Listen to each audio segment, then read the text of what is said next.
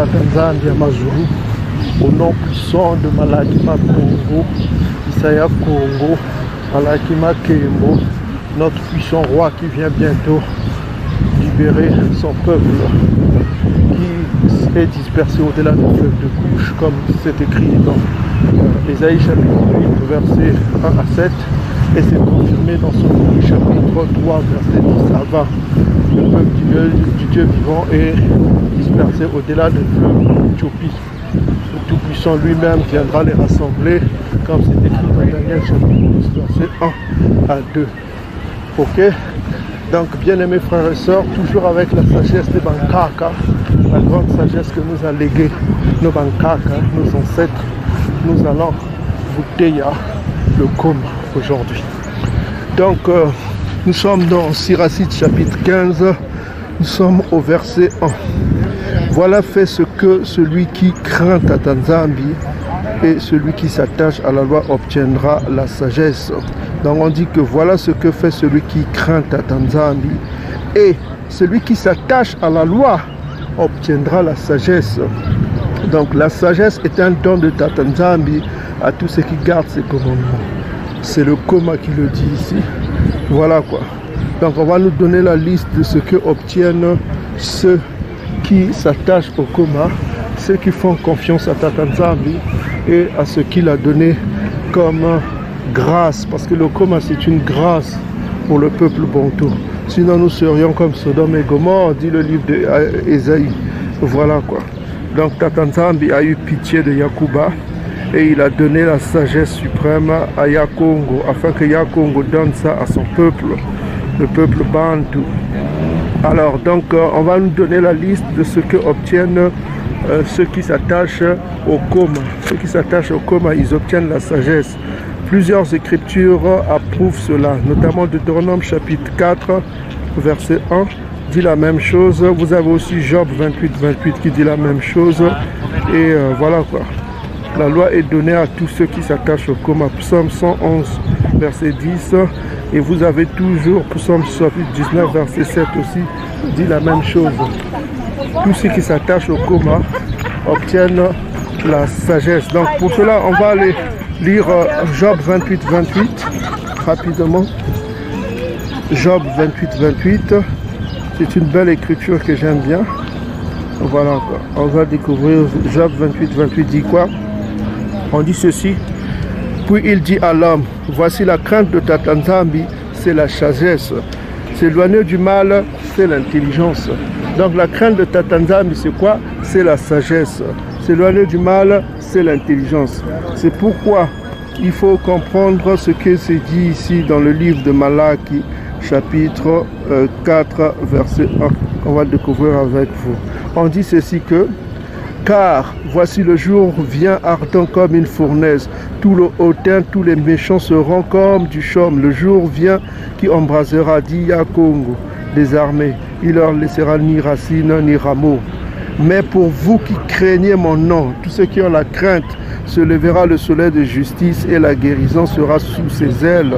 Vous sortirez et vous sauterez comme des veaux d'une étape, c'est-à-dire la joie sera manifestée quand les élus verront Yakongo, comme c'est écrit aussi, c'est confirmé dans Daniel chapitre 12. Donc je reviens encore ici. Donc tous ceux qui ont la crainte de Tatanzambi obtiennent la sagesse. La sagesse n'est pas gratuite, c'est un don de Tatanzambi. Maintenant on va voir quelles sont les choses qu'obtiennent, quels sont les dons qu'obtiennent tous ceux qui s'attachent au Koma. Donc on dit ici, la sagesse viendra au devant de lui comme une mère et elle l'accueillera comme une épouse vierge. Donc tous ceux qui s'attachent au Koma, quelle récompense ils obtiennent? La sagesse viendra à... La sagesse, c'est comme une mère quoi. Elle viendra à eux comme une mère. Vous voyez, la mère a toujours l'amour pour ses enfants. Comme une mère, elle viendra à elle, elle l'accueillera comme une épouse vierge. Verset 2. Verset 3. Elle le nourrira du pain de l'intelligence et lui donnera à boire l'eau de la sagesse. Donc voilà quoi. Donc la sagesse viendra à cette personne qui s'attache au Koma, elle lui donnera du pain de l'intelligence et surtout lui donnera à boire l'eau de la sagesse. C'est quoi l'eau de la sagesse? Parce que beaucoup de gens ne savent pas c'est quoi l'eau de la sagesse.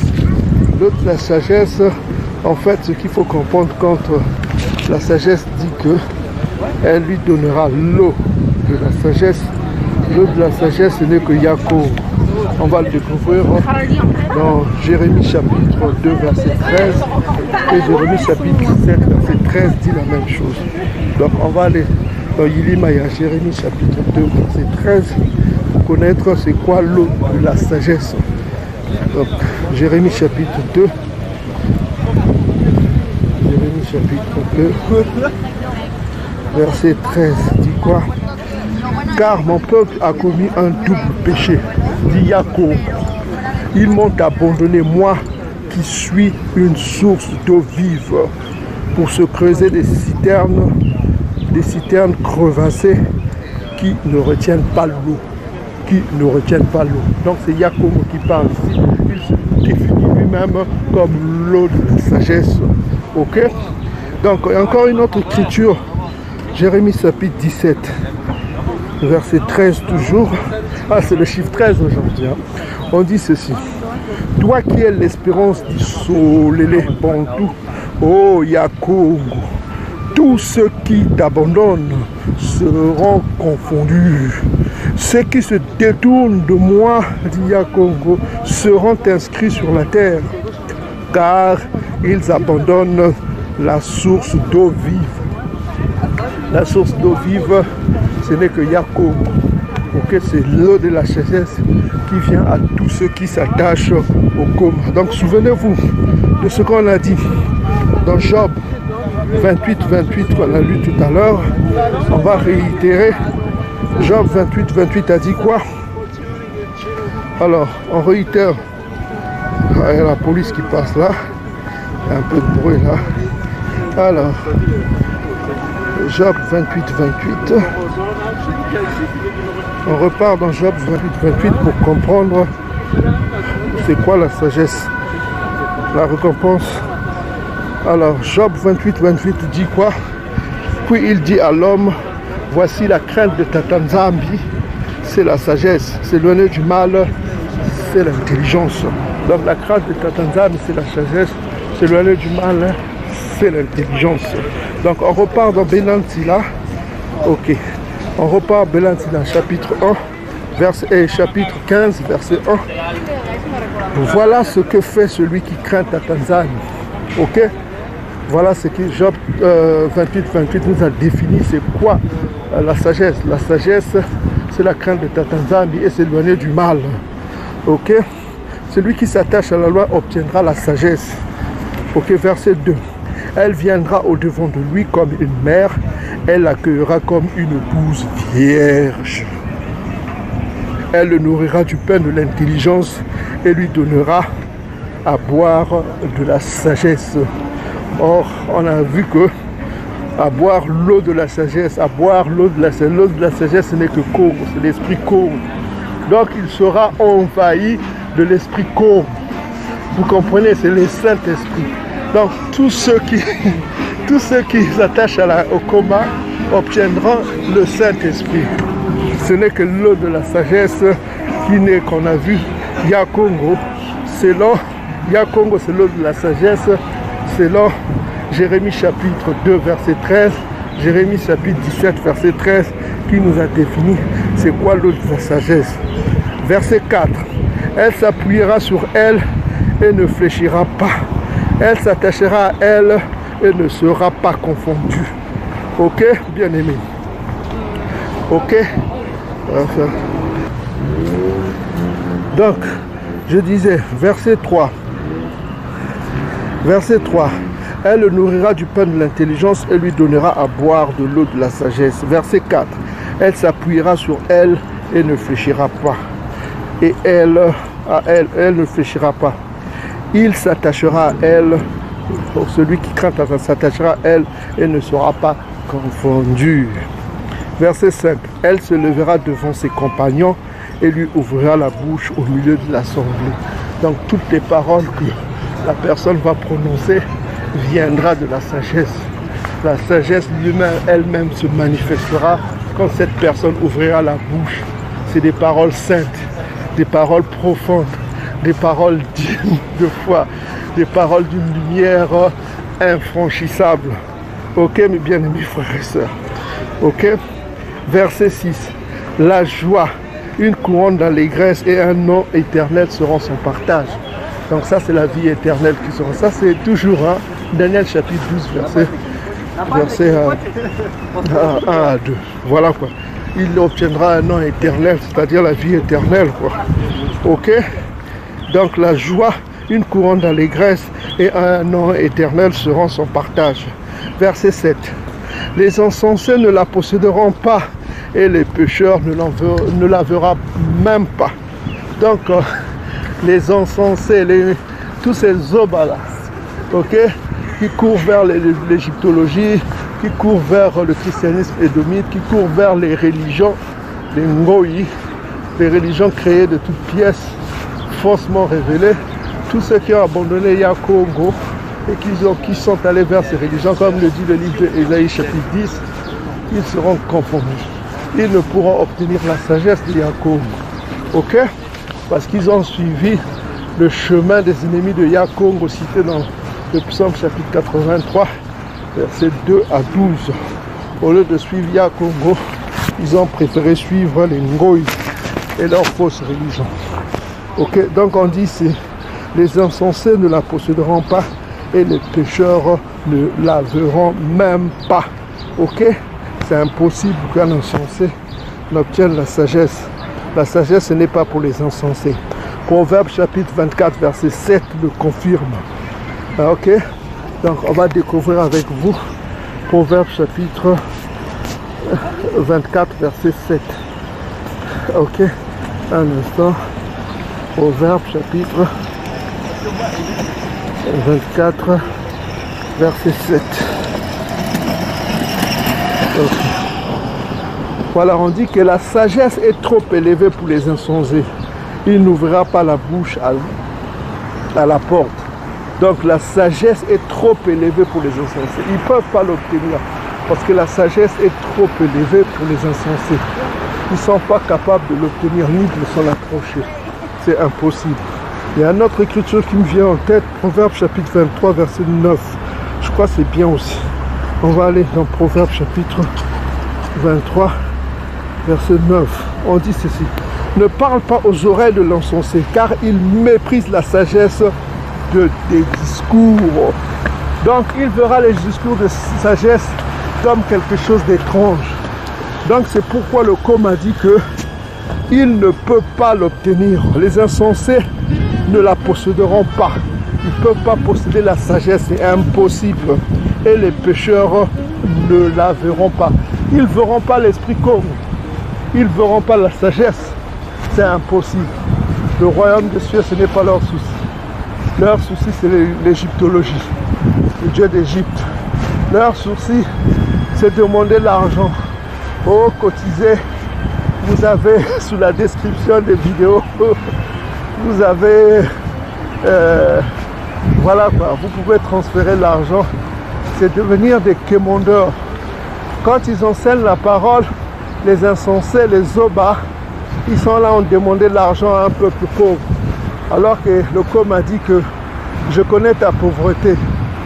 Apocalypse chapitre 2, verset 9. Apocalypse chapitre 3, verset 9. Le peuple du Dieu vivant est pauvre. Ok? Apocalypse chapitre 2, verset 9. Donc c'est pas la peine de leur demander de l'argent. Je ne demande pas l'argent à un pauvre. Ok? Donc voilà quoi. C'est pourquoi le com a dit ici, Pénantila chapitre 15, verset 7. Les insensés ne la posséderont pas et les pécheurs ne la verront pas, même pas, même pas. Verset 8. Elle se tient loin des hommes d'orgueil. Ok? Dernièrement, on a vu que l'orgueil était un péché. Ok? On a vu ça dans Bénin, Siracide chapitre 10, verset 7. Celui qui est orgueilleux est un incrédule. Et c'est une insulte au don gratuit de Tatanzan, du souffle de vie qui lui a été accordé. Malgré ça, l'orgueil ne reconnaît pas la grandeur du très saint qui donne le souffle de vie gratuitement. Ok? C'est pourquoi on dit ici dans Benan Sila, chapitre 15, verset 8. Ok? Elle se tient, la sagesse se tient loin des hommes orgueilleux, des hommes d'orgueil. Et les hommes de mensonge ne songent pas à elle. Les hommes dont la bouche est habituée au mensonge ne songent même pas à la sagesse. Ce n'est pas leur préoccupation. Leur but, c'est mentir pour atteindre leur objectif toujours. D'être trompeur, de ne jamais tenir ses promesses. La grande valeur d'un homme, c'est de tenir ses promesses. Ok? Quand tu fais une promesse, efforce-toi de tenir ta promesse. Car c'est le commencement d'une vie véridique, d'un esprit véridique. Donc, verset 9. La louange de Tatanzambi n'est pas agréable dans la bouche du pécheur, parce qu'elle n'est pas envoyée par Tatanzambi. Donc, une vraie louange doit être envoyée par Tatanzambi. Ce n'est pas la louange des chrétiens du dimanche que vous entendez tous les jours. Même si la chanson est belle, ne vous laissez pas séduire par des belles paroles, par des belles chansons. Ok? Ok?